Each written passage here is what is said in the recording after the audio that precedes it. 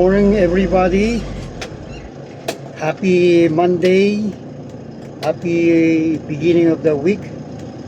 Thank you, Lord, for giving us another day, another life, another blessings, another journey. And once again, this is Daddy GM. Welcome back to my vlog. And another day po natin ngayon sa pagkukuha ng mga estudyante for school service. Salamat po na atumbaya kayo sa amin. And we thank God for everything else.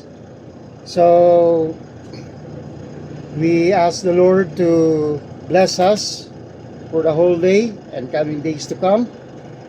And shout out sa mga parents, sa mga guardians, sa mga students. So God bless sa lahat. So once again, sundo tayo ng mga estudyante ngayon, and at the same time mag journey tayo sa mga daan ngayon, sa mga highway. So medyo tahimik pa ang daan ngayon, wala masyadong mga sasakyan kasi early in the morning pa.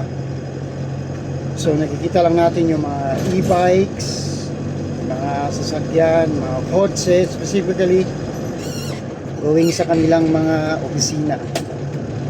So careful always sa drive, especially sa mga highways, and drive defensively.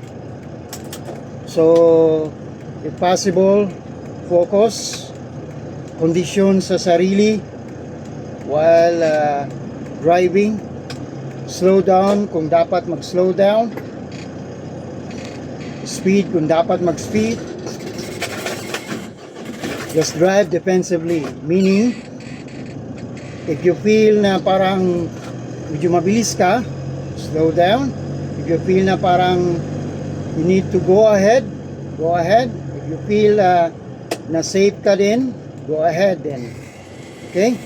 So that's it. So careful always. God bless sa lahat. And have a nice day. Bye for now. This is Daddy GM. See you again on my next vlog. God bless.